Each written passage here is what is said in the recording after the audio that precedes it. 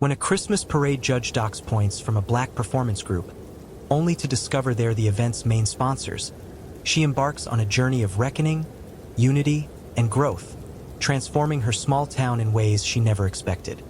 Write in the comment where you watching this video from. Maxine Hawthorne had always dreamed of making her mark in the world of journalism. Fresh out of college and eager to prove herself, she had recently landed a column at the Harthville Chronicle. Known for her sharp wit and unfiltered opinions, Maxine's work quickly gained her a reputation as a bold and uncompromising voice in the community. Her assignments ranged from human interest stories to scathing reviews of local events, but nothing had prepared her for the unexpected honor of being invited to judge the town's annual Starlight Christmas Parade. The parade, held every Christmas Eve, was a cherished tradition in Harthville. It was a time when the entire town came together to celebrate the holiday season with floats, performances, and plenty of cheer. Each year, the parade featured 20 local groups, all competing for the coveted Best in Parade trophy. For Maxine, the opportunity to judge this event was a stepping stone, an affirmation that her voice mattered in the community. But it also felt like a weighty responsibility. Maxine received the official invitation in early December. The letter was embossed with golden holly leaves and signed by the parade committee chairperson, Mrs. Eleanor Grayson. It read, "Dear Miss Hawthorne, we are delighted to invite you to serve as one of the esteemed judges for this year's Starlight Christmas Parade. Your journalistic contributions to our community have not gone unnoticed, and we believe your perspective will bring fresh insight to the judging panel. The parade is scheduled for December 24th, beginning at 6 p.m. As a judge, you will evaluate each entry based on the following criteria: creativity, precision, holiday spirit, and crowd engagement. Detailed guidelines are enclosed. We look forward to your participation in this beloved tradition. Warm regards, Eleanor Grayson, Chairperson, Harthville Christmas Parade Committee." Maxine smiled as she read the letter. She envisioned herself seated in the judge's booth, clipboard in hand, surrounded by the twinkling lights and festive sounds of the parade. But as she read the enclosed guidelines, the weight of the task began to settle on her. Each category was carefully defined, with specific examples of what to look for. Maxine knew she couldn't take this lightly. Determined to prepare, she spent the next few weeks studying videos of past parades. She pored over photos and read every available article on the parade's history. She even visited the Harthville Historical Society to learn more about the groups participating this year. Among the names on the roster, one stood out: the Ebony Elves. The Ebony Elves were a relatively new addition to the parade. Sponsored by the local Black Heritage Association, they had quickly become a crowd favorite for their vibrant, culturally infused performances. Maxine had seen their performance last year and had been impressed by their energy and creativity. This year, she resolved to judge them and every other group impartially, despite her personal admiration. As Christmas Eve approached, Harthville buzzed with anticipation. The streets were decked with garlands and fairy lights, and the town square featured a towering Christmas tree adorned with ornaments donated by local businesses. Maxine tried to focus on her regular assignments, but her thoughts kept drifting to the parade. On the morning of the parade, Maxine woke early and prepared her notes one last time. She dressed warmly, choosing a stylish wool coat and a scarf that complemented her auburn hair. The judge's booth was located near the grand stage at the heart of the parade route. As she walked toward it, she felt a mixture of excitement and nerves.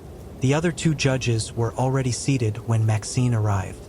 Arthur Baines, a retired principal with a reputation for strictness, greeted her with a curt nod.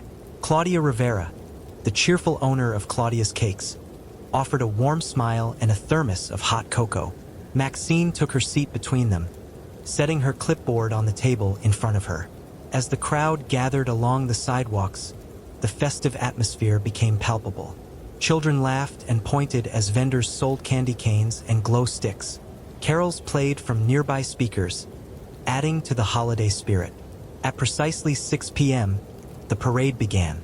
The first float was a whimsical creation from the Harthville Kindergarten, featuring tiny children dressed as snowflakes, their faces glowing with excitement. Next came the high school marching band, their instruments gleaming under the streetlights as they played a lively rendition of Jingle Bells. Maxine jotted down notes, impressed by their synchronization. As the parade progressed, each group seemed more impressive than the last. There was a float from the local garden club, shaped like a giant poinsettia, and a troupe of dancers dressed as sugar plum fairies. Maxine scored each entry carefully, balancing creativity with execution. Then, about halfway through the lineup, the Ebony Elves arrived. Their float was a showstopper. Modeled after Santa's workshop, it featured elves of all ethnicities working together in harmony. The design incorporated elements of African art, with bold patterns and rich colors that stood out against the winter night. A banner on the side of the float read, "Unity in Celebration." The performers were equally captivating. Dancers dressed in vibrant costumes performed a dynamic routine that blended traditional African dance with modern moves. Behind them, a choir sang soulful renditions of holiday classics, their voices filling the air with warmth and joy. Maxine watched intently, scribbling notes as the float passed. She admired their creativity and energy, but noticed a few details that she couldn't ignore.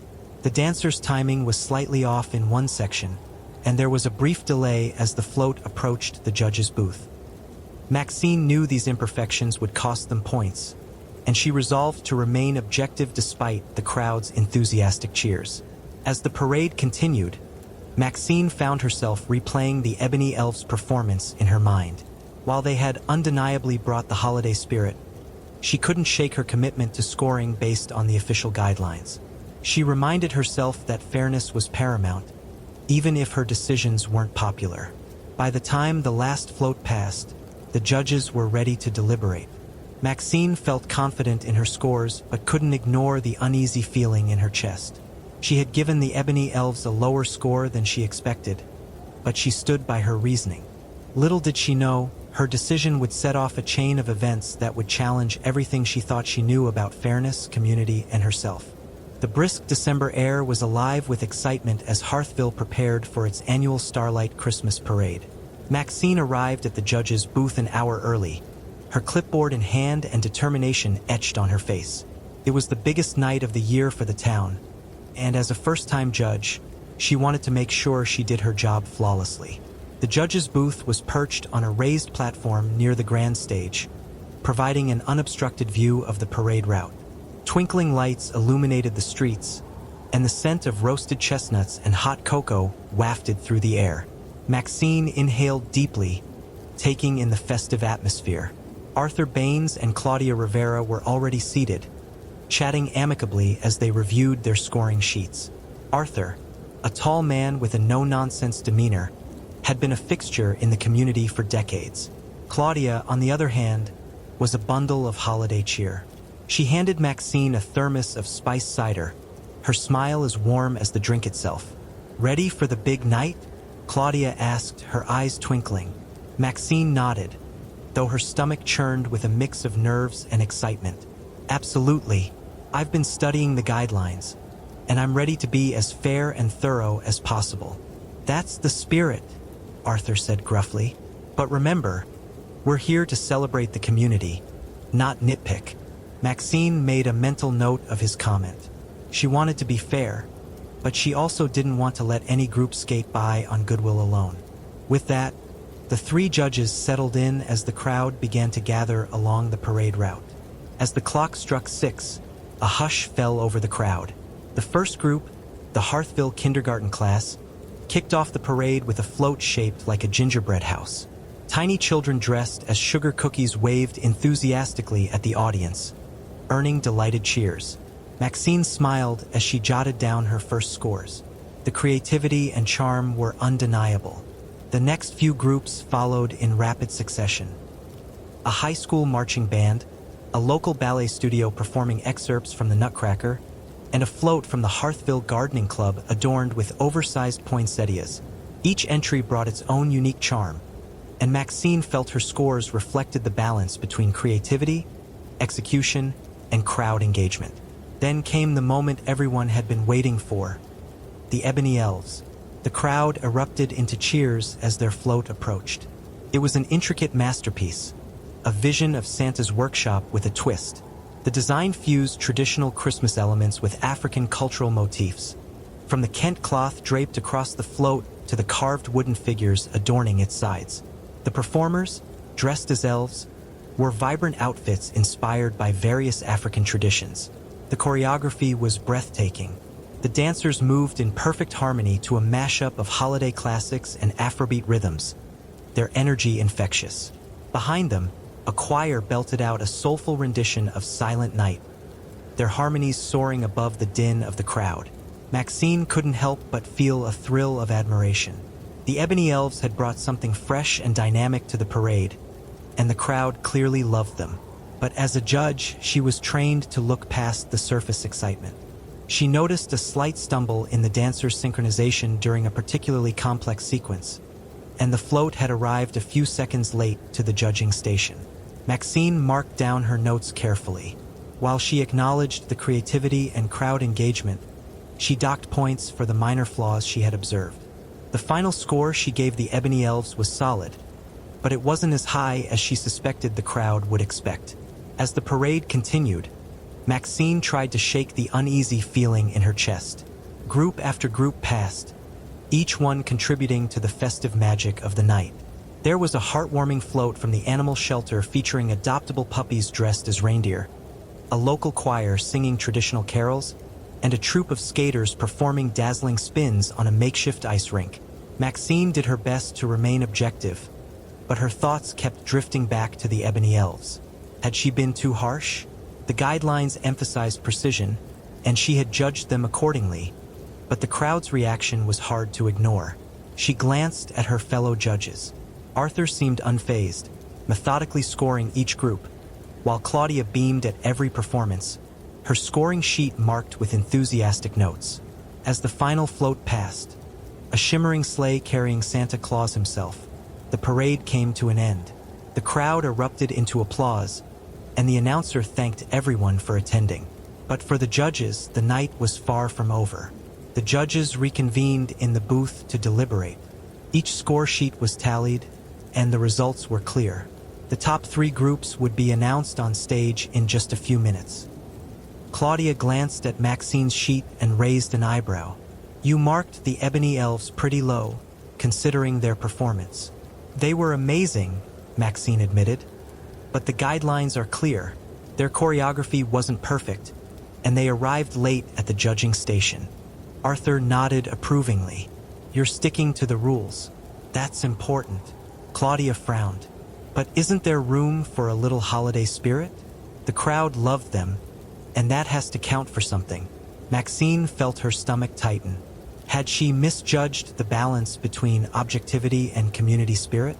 Before she could respond, Arthur handed the final tallies to the parade announcer, sealing their decisions. The crowd gathered near the grand stage as the announcer began to speak. "Ladies and gentlemen, thank you for joining us tonight for the Hearthville Starlight Christmas Parade. It's been an incredible evening, and now it's time to announce our winners." The audience fell silent, anticipation hanging in the air. In third place, the Hearthville High Marching Band. Cheers erupted as the band members celebrated. In second place, the Hearthville Animal Shelter. More cheers, punctuated by the happy barks of the shelter's star participants. And the winner of the 25th Annual Starlight Christmas Parade is the Hearthville Ballet Studio. The crowd clapped politely, but the enthusiasm was noticeably subdued. Maxine scanned the audience, noticing disappointed faces among the group of Ebony Elf supporters. Her chest tightened again, but she reminded herself that the decision had been fair. As the parade attendees began to disperse, Maxine felt a tap on her shoulder. She turned to see Mrs. Eleanor Grayson, the parade committee chairperson, her expression unreadable. "Miss Hawthorne," Eleanor began, her tone polite but firm, "I wonder if we might have a word." Maxine's heart sank. Something told her this conversation was about to take an unexpected turn. Maxine followed Mrs. Eleanor Grayson to a quiet corner near the stage. The bustling crowd faded into a distant hum as they stopped beneath the glow of a street lamp. "Eleanor," impeccably dressed in a crimson coat with a fur-lined hood, regarded Maxine with an inscrutable expression. "Miss Hawthorne," Eleanor began, her voice calm but firm, "I'd like to discuss your scoring tonight, specifically regarding the Ebony Elves." Maxine felt a pang of dread. She had suspected her score for the group might draw criticism, but she had stood by her decision, believing it to be fair. "Of course, Mrs. Grayson," Maxine replied, forcing a steady tone. "What about it?" Eleanor clasped her gloved hands in front of her. "As a judge, you were tasked with balancing objectivity and community spirit. I understand you're new to this role, but the parade isn't just a competition. It's a celebration of Hearthville's diversity and unity. The Ebony Elves represent an essential part of our community, and their sponsorship goes deeper than you may realize." Maxine's brow furrowed. "I'm aware of their cultural significance, and I admired their performance. But the guidelines clearly stated that precision and timing were part of the scoring criteria. Their float was delayed, and there were noticeable flaws in the choreography." Eleanor's eyes narrowed slightly, though her tone remained measured. "Your score impacted more than their placement tonight. The Ebony Elves are not just participants. They're one of the main sponsors of this year's parade. Their funding, alongside their performance, has made this event possible." The words hit Maxine like a freight train. "They're sponsors?" she stammered, her mind racing. Eleanor nodded. "Yes, they've funded over 30% of this year's parade expenses. Their contributions provided costumes for the school children, supplies for the floats, and even some of the lighting you see around town tonight." Maxine's stomach churned as the implications sank in. She had judged the Ebony Elves strictly based on their performance, unaware of their broader role in the event. While she believed she had been fair, the context of their sponsorship added a layer of complexity she hadn't anticipated. "I didn't know," Maxine admitted, her voice barely above a whisper. "But even if I had, would it have been ethical to score them differently because of their sponsorship?" Eleanor's expression softened slightly. "It's not about ethics, Miss Hawthorne. It's about understanding the larger picture. The Ebony Elves are more than performers. They're ambassadors of culture and goodwill. Sometimes, a little flexibility can go a long way in fostering community harmony." Maxine spent the rest of the evening grappling with Eleanor's words. As the parade festivities wound down, she wandered the quiet streets of Hearthville, the joyful lights and decorations now a stark contrast to her conflicted thoughts. Had she been too rigid? Was she so focused on adhering to the guidelines that she missed the heart of the event? She had always prided herself on her objectivity, but in this case, objectivity might have clouded her ability to see the bigger picture. The next morning, Maxine arrived at the Hearthville Chronicle office, her mind still racing. She needed to write her column about the parade, but the controversy surrounding the Ebony Elves loomed large. She sat at her desk, staring at a blank document on her laptop. Her thoughts spilled out in fragments. The parade guidelines emphasized objectivity, but can objectivity ignore the human impact of our decisions? The Ebony Elves didn't just perform, they contributed to the community in ways I failed to consider. Is it possible to judge fairly without alienating those who make the event possible? As she pondered these questions, her editor, George Simmons, appeared at her desk. George was a gruff, no-nonsense man who had been with the Chronicle for over 30 years. He leaned on her desk and raised an eyebrow. "You look like you've seen a ghost," he remarked. Maxine sighed. "I might have made a mistake last night." George tilted his head. "This about the Ebony Elves? Heard some rumblings around town this morning." Maxine's heart sank further.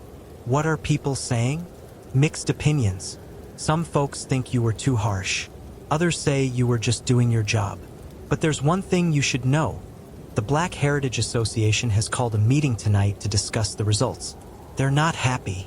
By the time evening rolled around, Maxine found herself walking into the town hall, where the Black Heritage Association's meeting was taking place. The room was packed with community members, their faces a mix of frustration and curiosity. At the front of the room stood Denise Carter, the president of the association, alongside other leaders of the Ebony Elves. Maxine took a seat in the back, hoping to listen unnoticed, but Denise spotted her immediately. "Miss Hawthorne," Denise called out, her tone neutral but firm. "Would you care to join us?" Maxine felt every eye in the room turn toward her. She swallowed hard and stood, walking to the front of the room. "I didn't come here to cause trouble," Maxine began, her voice steady despite the tension in the air. "I came to listen and, if possible, to understand." Denise nodded, gesturing for her to speak further. "I didn't know about the Ebony Elf sponsorship," Maxine continued. "But even if I had, I was following the guidelines set by the parade committee. I judged their performance based on what I saw, not on who they are or what they've contributed. I understand now that my decision might have had unintended consequences, and for that, I'm sorry." A murmur rippled through the crowd. Some people nodded while others remained skeptical. Denise stepped forward, her expression thoughtful.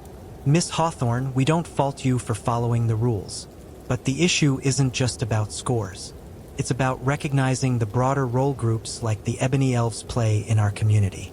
Their performance wasn't perfect, but perfection isn't the only measure of value." Maxine felt a wave of understanding wash over her. "You're right," she said. "I was so focused on being objective that I lost sight of what this event is truly about, bringing people together." Denise smiled faintly. "That's all we wanted to hear." The meeting ended with a sense of resolution, but Maxine knew her work wasn't done. The next day, she sat down to write her column, determined to share the lessons she had learned. Her article began, "A lesson from the parade, finding the balance between fairness and heart. Last night, I judged the Starlight Christmas Parade, and in doing so, I learned a lesson far more important than any score I could assign. Community events like the parade are about more than competition. They're about celebration, unity, and the acknowledgement of everyone's contributions. While guidelines and objectivity are important, they must be balanced with empathy and understanding." Maxine poured her heart into the piece, hoping it would resonate with the town. She knew she couldn't change the past, but she could strive to build bridges moving forward. And for the first time since the parade, she felt at peace. The morning after her column was published, Maxine sat at her desk at the Hearthville Chronicle office, staring at the flood of emails in her inbox. Her piece, "A Lesson from the Parade, Finding the Balance Between Fairness and Heart," had sparked intense reactions across the town. Some messages praised her for her honesty and willingness to admit her mistakes, while others accused her of pandering or being unfairly harsh toward the Ebony Elves. Her editor, George, approached her desk with a steaming cup of coffee. He set it down without a word and leaned back against a nearby filing cabinet, crossing his arms. "Quite the storm you kicked up," he said, nodding toward her screen. "Phones have been ringing off the hook since your column went live." Maxine sighed, taking a sip of the coffee. "I knew it would stir emotions, but I didn't expect this level of backlash. I tried to explain my perspective and own up to what I could have done better." George gave her a wry smile. "Welcome to the big leagues. When you touch on sensitive issues like community representation, people are going to have opinions. Strong ones." Before Maxine could respond, her phone buzzed with a call. The name on the screen made her stomach flip. "Denise Carter. Looks like you're about to find out exactly how people feel," George said with a chuckle, walking away to give her privacy. Maxine hesitated, then answered. "Hello, Maxine. This is Denise Carter," came the calm, measured voice of the Black Heritage Association president. "I read your column this morning. Do you have time to meet this afternoon? I think we should talk." Maxine's heart raced. "Of course, I'm happy to meet. Where would you like to talk?" "The Ebony Elves headquarters on Maple Avenue. Let's say 3 o'clock. "I'll be there," Maxine replied, her voice steady despite her nerves. At 3 p.m. sharp, Maxine arrived at the Ebony Elves headquarters, a modest but vibrant community center adorned with murals celebrating Black culture and history. She had never visited before, and as she walked through the doors, she was struck by the warmth of the space. Children played in a corner with building blocks, while a group of adults decorated a Christmas tree with handmade ornaments. Denise greeted Maxine in the lobby, her expression kind but serious. Thank you for coming. Thank you for inviting me, Maxine replied, following Denise into a small conference room. They sat across from each other at a polished wooden table. Denise wasted no time getting to the point. Your column showed courage, and I appreciate your willingness to reflect on what happened. But there's still a larger conversation we need to have. Maxine nodded, leaning forward. I'm here to listen. Denise took a deep breath. The issue isn't just about one performance or one parade. It's about the way our contributions as a community are often overlooked or undervalued. The Ebony Elves didn't just want to win a trophy. We wanted to show Hearthville that Black culture is an integral part of the holiday season, just like every other tradition in this town. Maxine felt a pang of guilt. I understand that now. I realize I didn't consider the broader impact of my decisions. I was so focused on the rules that I forgot what the parade is really about. Denise nodded. It's a lesson many people learn the hard way, but what matters is what you do next. The Black Heritage Association has plans to expand our involvement in community events, and we want your support, not just as a journalist, but as someone who can amplify our voice. Maxine's eyes widened. You want me to be involved? Yes, Denise said firmly. Your platform gives you influence. You've shown that you're willing to own up to mistakes and learn from them. We need allies like you to help bridge the gap between different parts of our community. Maxine considered the offer. She had never been directly involved in activism or community organizing before, but the idea of using her skills to make a difference resonated deeply. I'm in, she said finally. Tell me how I can help. Over the next few weeks, Maxine worked closely with Denise and the Black Heritage Association to plan a series of community events aimed at celebrating diversity. They organized a holiday market featuring vendors from different cultural backgrounds, a storytelling night at the library where elders shared tales from their traditions, and a winter concert showcasing music from around the world. Maxine also used her column to highlight these efforts, writing pieces that delved into the history and significance of different cultural celebrations. Her articles sparked conversations across Hearthville, drawing attention to the rich tapestry of traditions that made the town unique. As the new year approached, Maxine found herself reflecting on the whirlwind of events that had followed the parade. The experience had been humbling, challenging, and ultimately transformative. She had learned that being part of a community meant more than just reporting on its events. It meant actively participating in its growth and evolution. One evening, as she wrapped up a column on the upcoming winter concert, her phone buzzed with a text from Denise. You should stop by the community center tonight. We have a surprise for you. Curious, Maxine grabbed her coat and headed out into the chilly night. When she arrived at the community center, she was greeted by a room full of smiling faces. Denise stepped forward, holding a small, wrapped box. This is for you, she said, handing it to Maxine. Maxine opened the box to reveal a beautifully crafted ornament in the shape of a quill, symbolizing her role as a writer. Attached to it was a note. Thank you for using your voice to bring us closer together. Tears welled in Maxine's eyes as she looked around at the faces of the people who had taught her so much in such a short time. I don't know what to say, she said, her voice thick with emotion. Denise smiled. Just keep doing what you're doing. That night, as Maxine hung the ornament on her Christmas tree, she felt a profound sense of gratitude. The journey from the parade to this moment had been unexpected, but it had brought her closer to the heart of Hearthville, a place she now understood was not just a town, but a community built on the strength of its people. And as the twinkling lights reflected off the quill ornament, Maxine knew she had found her true purpose, to tell the stories that mattered, and to help create a world where everyone's voice could be heard. The weeks following the parade controversy and Maxine's commitment to the Black Heritage Association were nothing short of transformative. Not just for her, but for Hearthville as a whole. The town, once accustomed to predictable rhythms and traditions, now found itself buzzing with new energy. The events spearheaded by the Black Heritage Association, with Maxine's support, began to reshape how people viewed their neighbors and themselves. The holiday market at the town square was the first of these events. Vendors lined the cobblestone streets, offering handmade crafts, food, and gifts that reflected the diverse cultures within Hearthville. The Ebony Elves had their own booth, selling ornaments inspired by African art and fabrics. Maxine couldn't resist buying a Kent-pattern stocking, which she proudly hung by her fireplace. Walking through the market, she saw familiar faces mingling with new ones, people from all walks of life connecting over shared stories and laughter. A local Italian baker traded biscotti for tamales from a Mexican food stand, while children from different schools played together under the glow of twinkling string lights. That evening, Maxine stood near the main stage where Denise was delivering a speech. Dressed in a flowing red coat with gold accents, Denise spoke with passion and grace. "This market isn't just about celebrating the holidays," Denise said, her voice carrying over the crowd. "It's about celebrating each other, our differences, our traditions, and the common threads that bind us together." The crowd erupted into applause, and Maxine felt a lump rise in her throat. The sense of unity was palpable, and she knew she was witnessing something special. After the speech, Denise approached Maxine with a warm smile.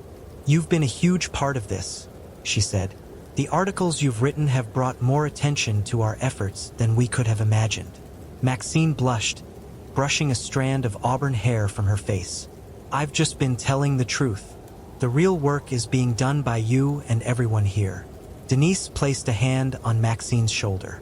"It's more than that. You've helped people see our community differently, and that's no small thing." The market was just the beginning. The storytelling night at the library followed, drawing a diverse crowd eager to hear tales of heritage and tradition. Maxine sat in the front row, captivated as elders shared stories that ranged from heartwarming to humorous to deeply moving. One storyteller, a man named Samuel Green, recounted a Christmas from his childhood in the 1960s when his family faced adversity but found joy in the simplest of traditions, gathering to sing carols by the fire. His voice trembled as he spoke of the strength his parents showed in the face of prejudice, and the room sat in hushed reverence. Afterward, Maxine approached Samuel. "Thank you for sharing that," she said.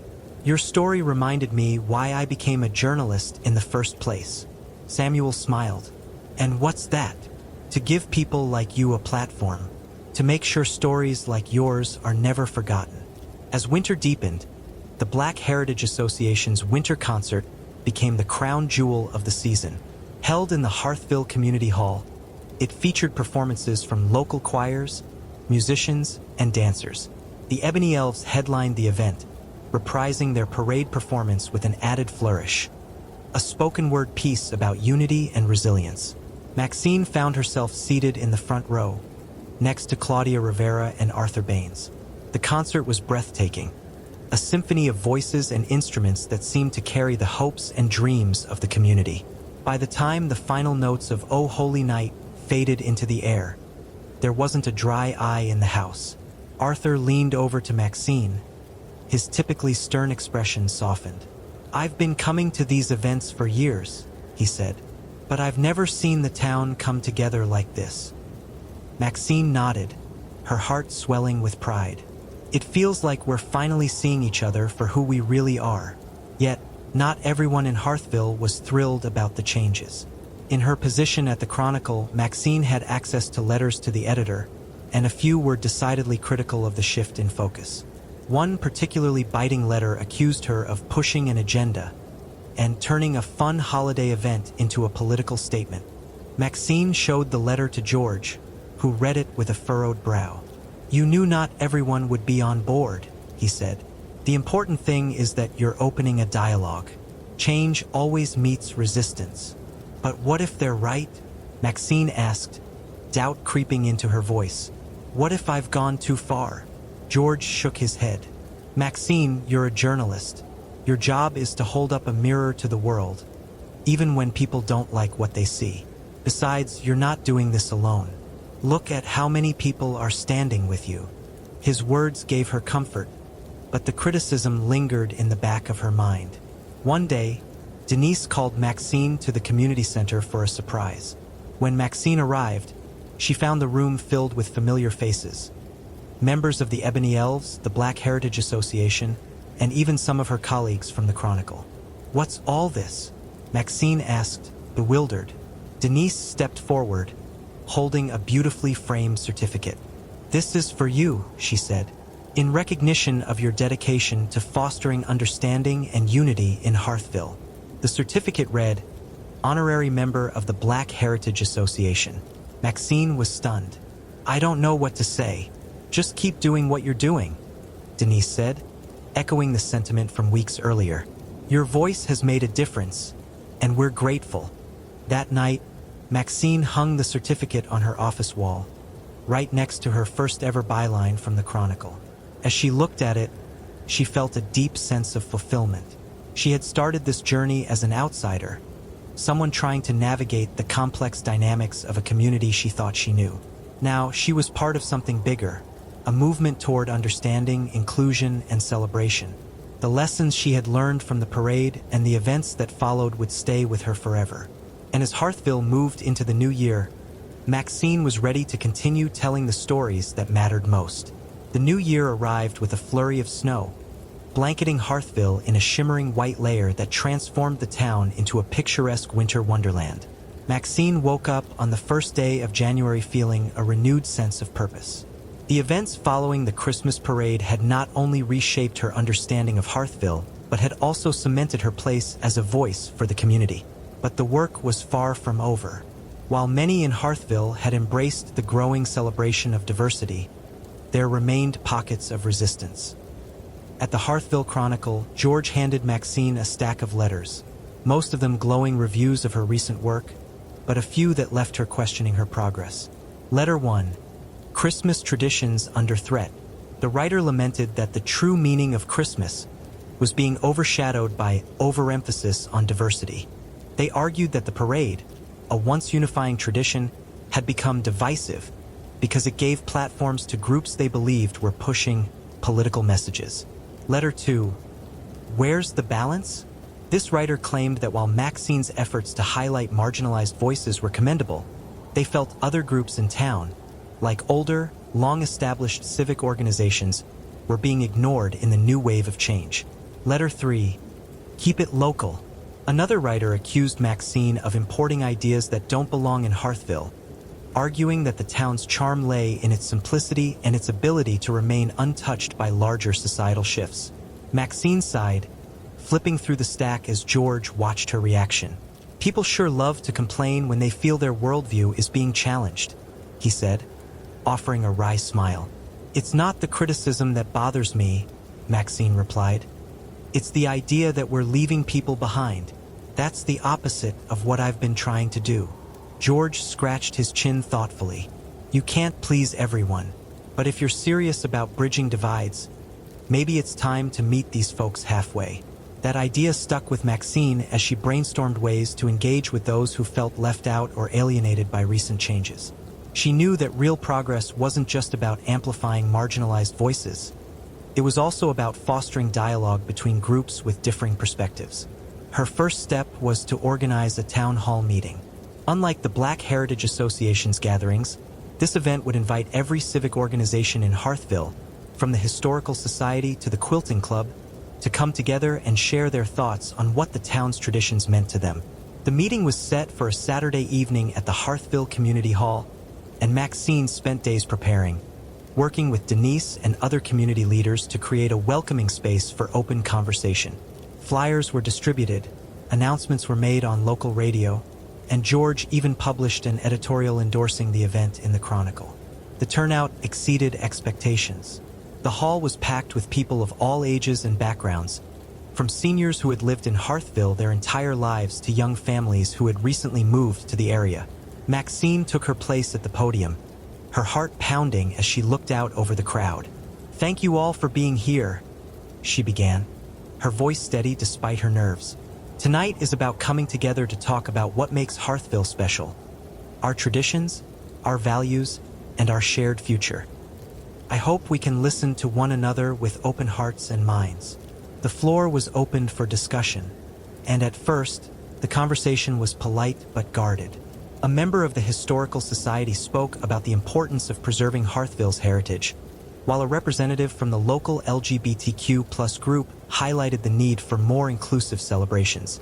As the evening progressed, Tensions occasionally flared. One older resident stood up and declared, "We've always done things a certain way in this town, and it's worked just fine. Why do we need to change now?" A younger attendee countered, "Change isn't about erasing traditions. It's about making room for everyone. Why can't we have both?" Maxine facilitated the discussion as best she could, urging participants to focus on common ground. Slowly, the tone of the conversation began to shift. People who had entered the hall feeling defensive or skeptical started to share personal stories, revealing the emotions behind their opinions.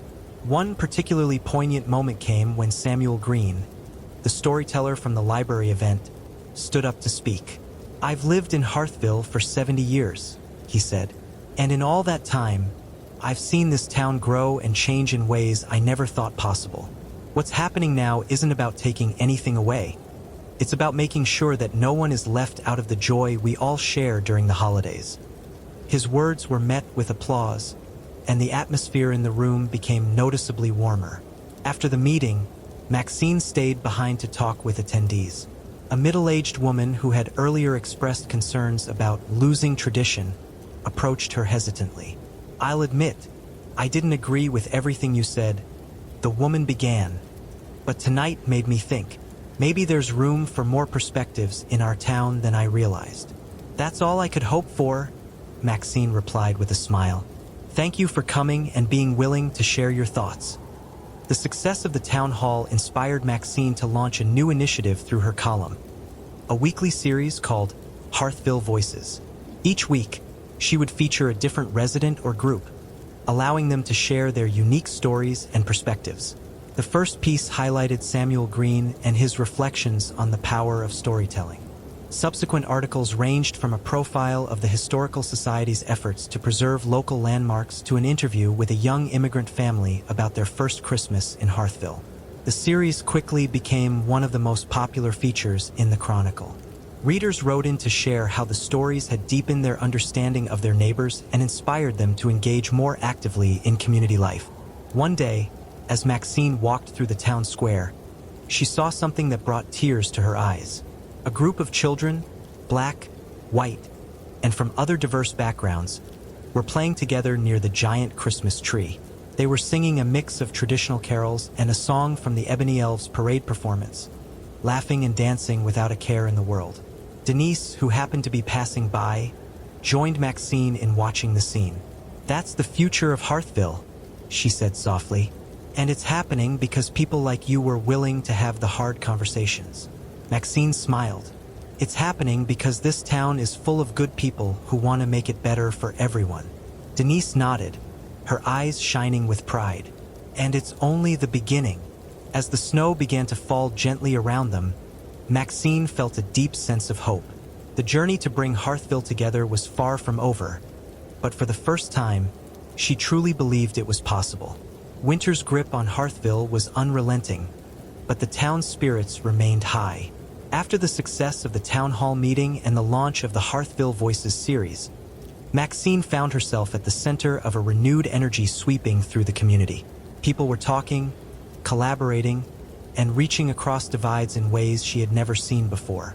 Yet, the path forward wasn't without its challenges.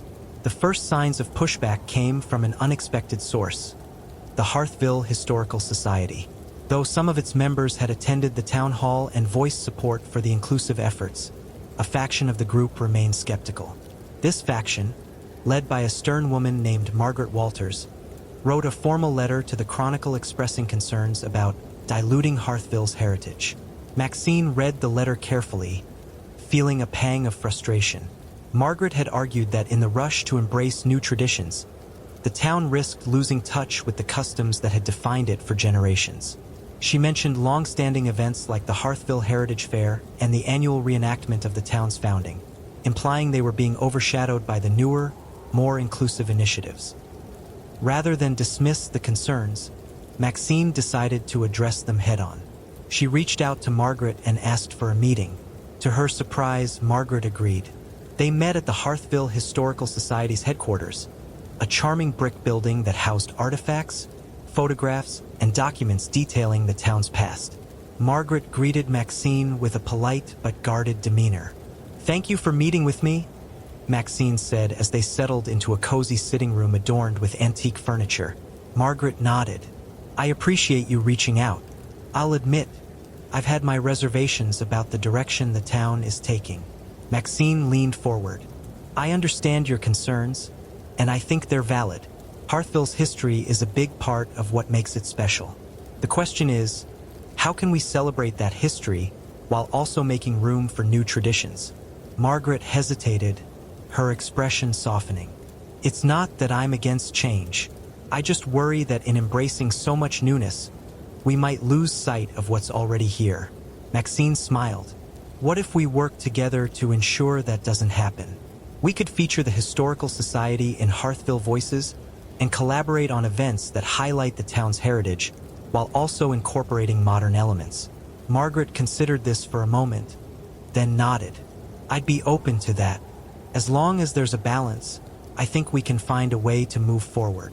The collaboration with the Historical Society proved fruitful. Together, they planned an event called Past, Present, and Future, a celebration of Hearthville's heritage. Held at the town square, the event combined historical exhibits with performances from various community groups, including the Ebony Elves, the high school marching band, and local folk musicians. The event was a resounding success. Visitors marveled at displays of old photographs and artifacts while enjoying live music and food from around the world. Margaret herself gave a heartfelt speech about the importance of honoring the past while embracing the future, earning a standing ovation. Meanwhile, Maxine's work with the Black Heritage Association continued to deepen. Denise invited her to join the planning committee for the association's upcoming spring festival, which aimed to celebrate African American culture through art, music, and cuisine. Maxine gladly accepted, eager to contribute in any way she could. At one of the planning meetings, Denise pulled Maxine aside. There's something we'd like you to do, she said, her tone serious but encouraging. We'd like you to deliver a keynote speech at the festival. Maxine was stunned. Me? I'm not sure I'm qualified for that. You've been a voice for this community in ways that few others have, Denise said. This is your chance to reflect on everything we've accomplished and inspire people to keep building bridges. Maxine hesitated, then nodded. I'll do it. The weeks leading up to the spring festival were a whirlwind of activity. Maxine balanced her work at the Chronicle with her duties on the planning committee, all while crafting her speech. She wanted it to be heartfelt and honest, a reflection of her journey and the lessons she had learned. On the day of the festival, the town square was alive with color and energy. Booths lined the streets, offering everything from traditional African dishes to locally crafted artwork. Performers took to the main stage, captivating the crowd with music, dance, and spoken word. As the sun began to set, Denise introduced Maxine to the audience. Please welcome someone who has become not only an ally but a true friend to our community, Maxine Hawthorne. Maxine stepped onto the stage, her heart pounding as she faced the sea of expectant faces. Taking a deep breath, she began.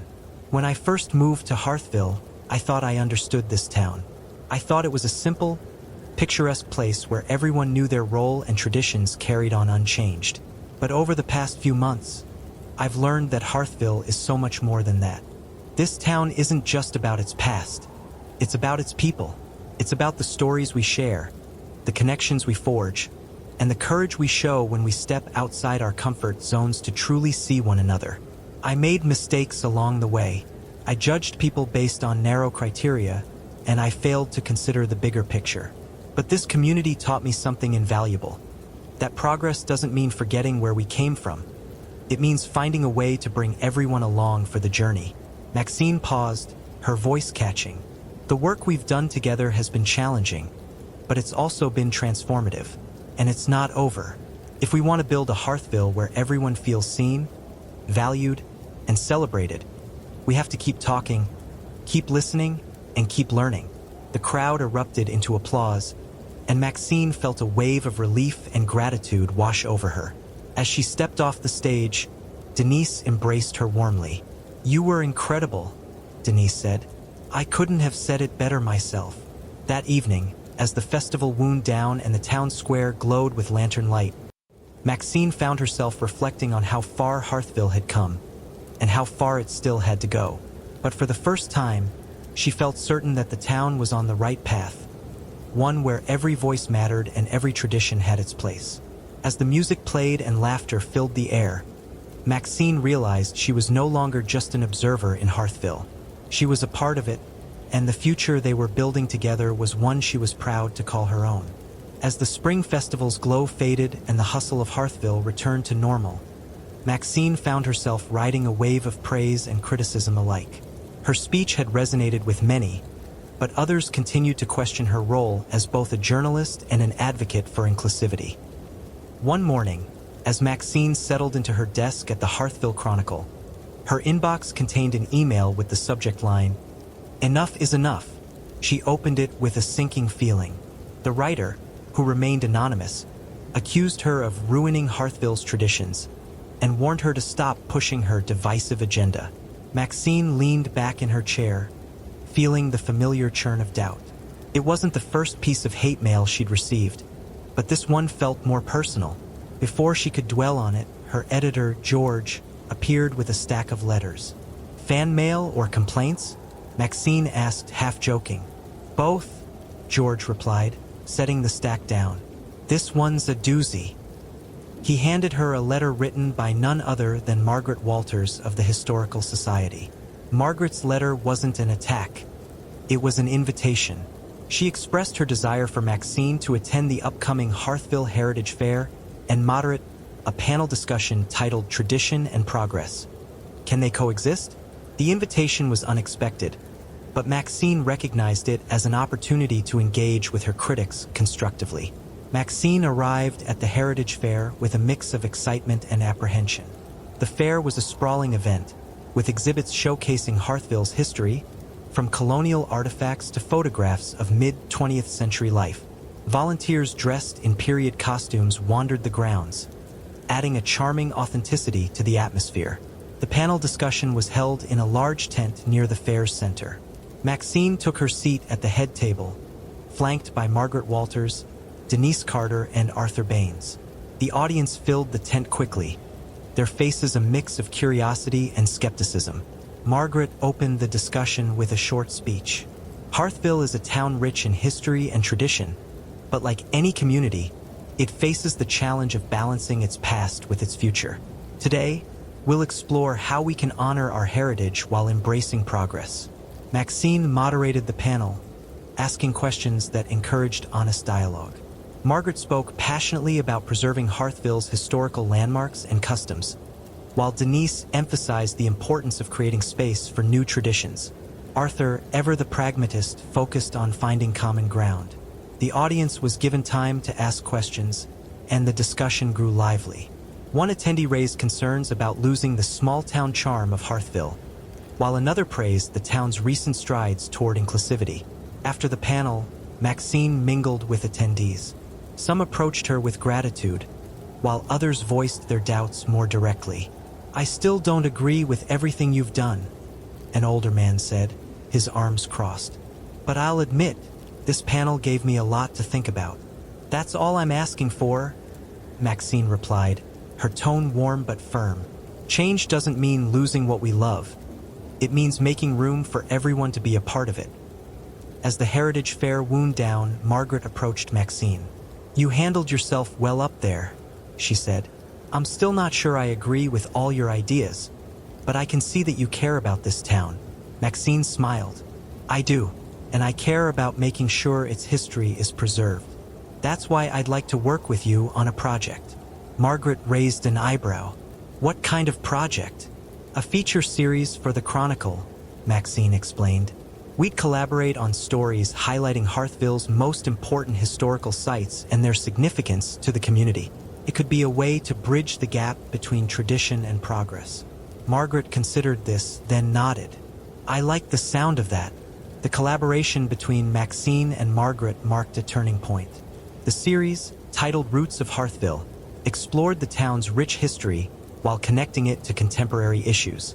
Stories ranged from the history of Hearthville's first schoolhouse to the legacy of the Black church that had been instrumental in the civil rights movement. The series was met with widespread acclaim. Even some of Maxine's harshest critics admitted that the articles brought new depth to their understanding of Hearthville. Margaret, too, softened her stance as she worked closely with Maxine, discovering common ground she hadn't expected. Meanwhile, Maxine continued her work with the Black Heritage Association, helping plan a summer cultural festival that would bring together groups from across the town. Denise suggested a theme, Together in Harmony. The festival would feature food, music, and art representing the diverse communities of Hearthville, as well as workshops on topics like conflict resolution and cultural exchange. Maxine pitched the idea to the Chronicle, and George approved an editorial series to promote the event. "This is exactly the kind of thing this town needs," he said. "Let's make sure everyone knows about it." As the festival approached, Maxine found herself juggling deadlines, interviews, and planning meetings. The work was exhausting but deeply fulfilling. One evening, as she reviewed her notes for an article, her phone buzzed with a text from Denise. "Need you at the community center ASAP." Maxine arrived to find Denise and several volunteers working late into the night, assembling decorations for the festival. "We're short on hands," Denise explained. "Think you can help?" Maxine rolled up her sleeves. "Absolutely." The hours flew by as they worked, laughing and chatting despite the fatigue. By the end of the night, the center was transformed into a vibrant display of banners, lights, and artwork. Maxine felt a deep sense of camaraderie with the team, knowing they were creating something truly special. The summer festival was a triumph. Thousands of people attended, filling the town square with music, laughter, and the aromas of delicious food. Performances ranged from traditional dances to contemporary bands, and the workshops were packed with engaged participants. Maxine roamed the festival with her notebook, capturing moments of connection and joy. A young girl learning to drum from a member of the Ebony Elves. An elderly couple trying spicy street food for the first time. Two men, one a historical society member, the other a newcomer to Hearthville, laughing together over shared stories. As the festival drew to a close, Denise invited Maxine onto the main stage. "This event wouldn't have been possible without the support of our community," Denise said, addressing the crowd. "And one person in particular has gone above and beyond to bring us together.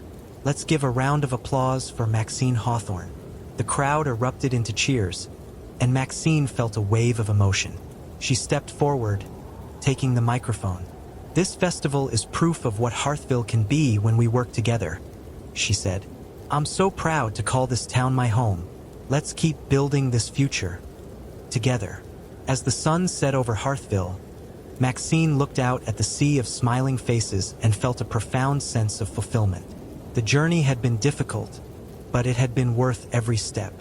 And as the music played and lanterns lit up the square, she knew this was only the beginning. The summer festival was a turning point for Hearthville, marking the moment when the town truly embraced its diversity as a source of strength rather than division. The success of the event rippled through the community, sparking conversations and collaborations that had once seemed impossible. Maxine, now a respected figure in Hearthville, found herself busier than ever. Her series Roots of Hearthville continued to draw praise, with readers regularly sending her ideas for new topics to explore. Meanwhile, her weekly column Hearthville Voices had grown into a community fixture, giving residents from all backgrounds a platform to share their stories. Despite her packed schedule, Maxine made time to reflect on the progress the town had made.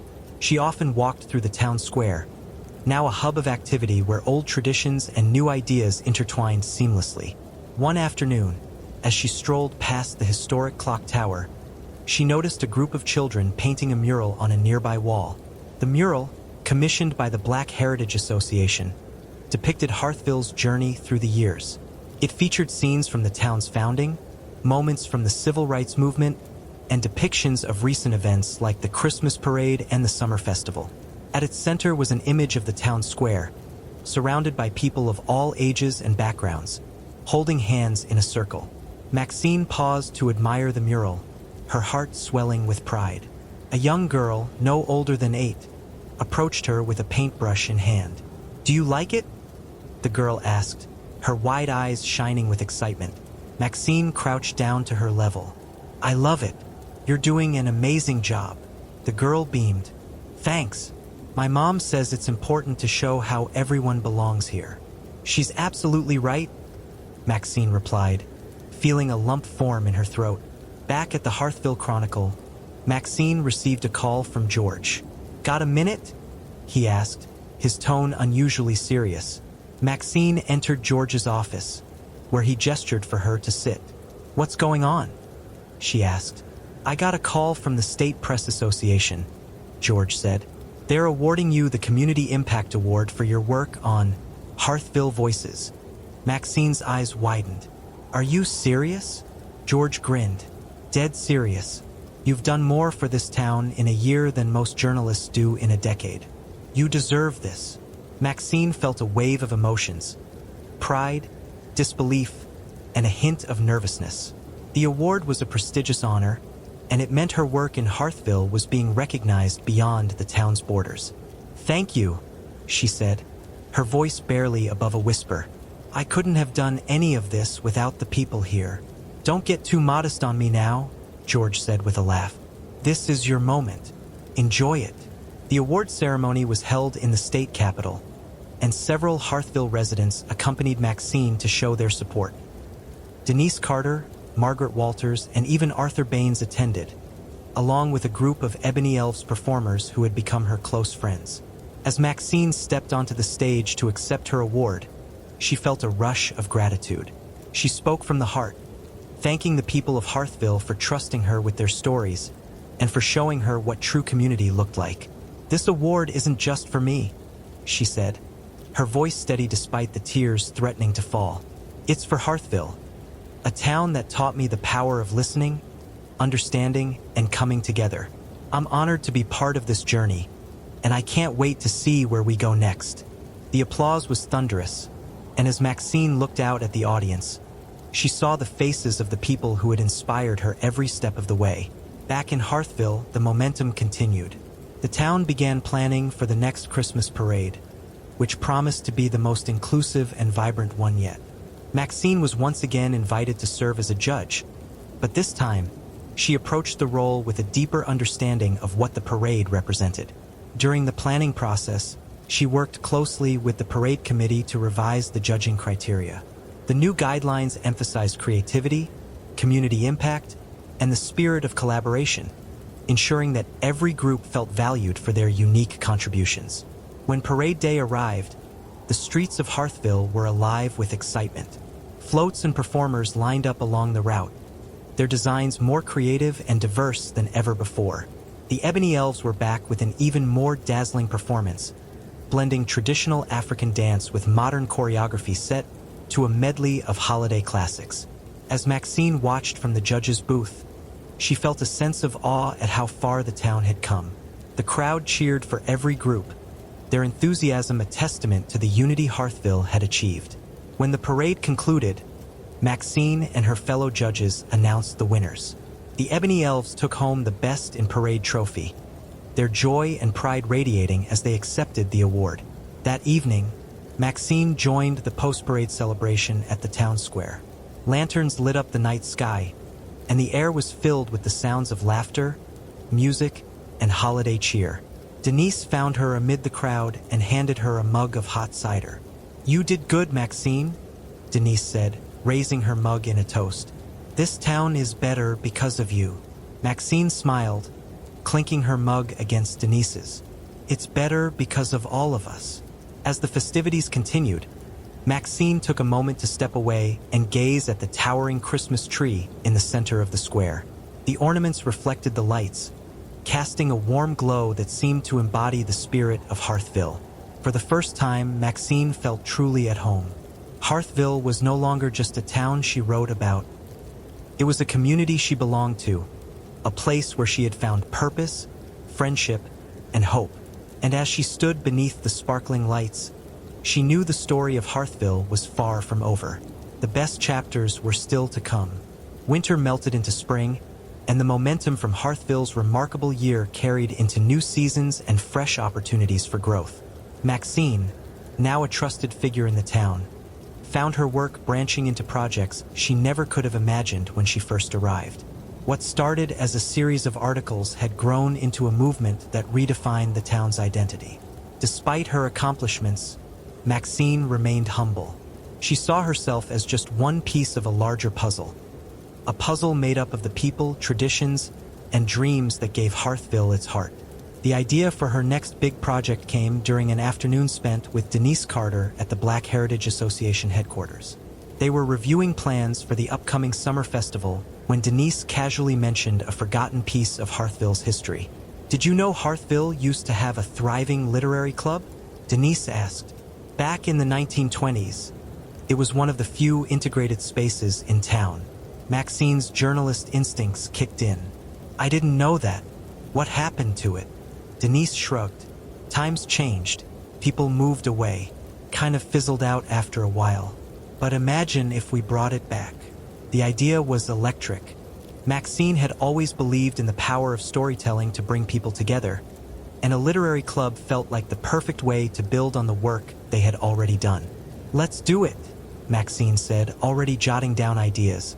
"We can start with a small group, invite people to share their favorite books and their own stories. We'll call it the Hearthville Literary Society." The first meeting of the Hearthville Literary Society was held at the town library, where a diverse group of residents gathered to discuss the chosen book. Their eyes were Watching God by Zora Neale Hurston. Maxine was thrilled to see faces from all walks of life: students, retirees, parents, and young professionals, all sitting together in a circle. The discussion was lively and heartfelt, with participants sharing not only their interpretations of the book, but also personal stories that resonated with its themes. A retired teacher spoke about the challenges of finding her own voice, while a high school student shared her dreams of becoming a writer. By the end of the evening, the group had decided on their next book and set a date for the next meeting. The Hearthville Literary Society quickly became a beloved fixture in the community, attracting more members with each session. Meanwhile, Maxine continued her work at the Hearthville Chronicle. Her column, Hearthville Voices, had expanded to include video interviews and a podcast, both of which brought new dimensions to her storytelling. She interviewed farmers, artists, business owners, and activists, weaving a tapestry of Hearthville's people that celebrated their individuality while highlighting their shared humanity. One particularly memorable interview was with Margaret Walters, who had undergone her own journey of transformation. Margaret spoke candidly about how her initial resistance to change had stemmed from a fear of losing control over the traditions she held dear. "I've learned that holding on to the past doesn't mean shutting out the future," Margaret said. "It means finding ways to let them coexist." The podcast episode resonated deeply with listeners, many of whom wrote in to share how Margaret's story had inspired them to reflect on their own attitudes toward change. As Hearthville continued to evolve, Maxine noticed a subtle but significant shift in the town's culture. People were more willing to collaborate, to listen, and to find common ground. Events like the Summer Festival and the Heritage Fair became opportunities for connection rather than contention, and even the most skeptical residents began to embrace the town's new direction. The Christmas Parade, now an annual highlight of the town calendar, had become a symbol of Hearthville's unity. Every year, the parade committee worked tirelessly to ensure that all groups felt included, and the results were nothing short of magical. The Ebony Elves remained a cornerstone of the event, their performances growing more innovative and inspiring with each passing year. One evening, as Maxine walked through the quiet streets of Hearthville, she found herself reflecting on how much her own life had changed. She had come to the town as an outsider, eager to make a name for herself as a journalist. But along the way, she had discovered something far more meaningful: a sense of belonging. Her phone buzzed with a text from George. "Can you swing by the office tomorrow? Got a surprise for you." Curious, Maxine arrived at the Chronicle the next morning to find George holding a sealed envelope. He handed it to her with a grin. "What's this?" Maxine asked, tearing it open. Inside was an official letter from the state's governor, inviting her to join a statewide council focused on fostering community engagement through storytelling and journalism. "They want you to help other towns do what you've done here," George explained. "You've put Hearthville on the map." Maxine's heart raced as she read the letter. The invitation was both an honor and a challenge, and she felt a surge of excitement at the thought of expanding her work beyond Hearthville. "I don't know what to say," she said, looking up at George. "Say yes," he replied, "and keep making us proud." The council work took Maxine across the state, where she shared Hearthville's story with other communities and helped them create their own initiatives to foster connection and inclusion. But no matter how far she traveled, Hearthville remained her anchor, a place she returned to for inspiration, support, and the comfort of home. Years later, Maxine sat in her cozy living room, flipping through a scrapbook filled with memories of her time in Hearthville. Photos of parade floats, festival stages, and smiling faces told the story of a town that had transformed itself through courage and collaboration. On the coffee table sat a framed copy of her most cherished award, the Community Impact Award. Next to it was the quill ornament she had received from the Black Heritage Association so many years ago. The doorbell rang, and Maxine opened it to find Denise Carter, Margaret Walters, and a few other friends standing on the porch, holding mugs of hot cocoa. "Thought we'd stop by for a visit," Denise said with a grin. Maxine ushered them in, her heart full as the group settled around the fireplace. They laughed, shared stories, and reminisced about the journey that had brought them together. As the evening wore on, Maxine looked around at her friends, feeling a profound sense of gratitude. Hearthville had given her more than she ever could have imagined: a community, a purpose, and a legacy of change that would endure for generations. And as the snow fell gently outside, she knew that the story of Hearthville wasn't just hers to tell. It belonged to everyone who had made it what it was. A town united, resilient, and full of hope.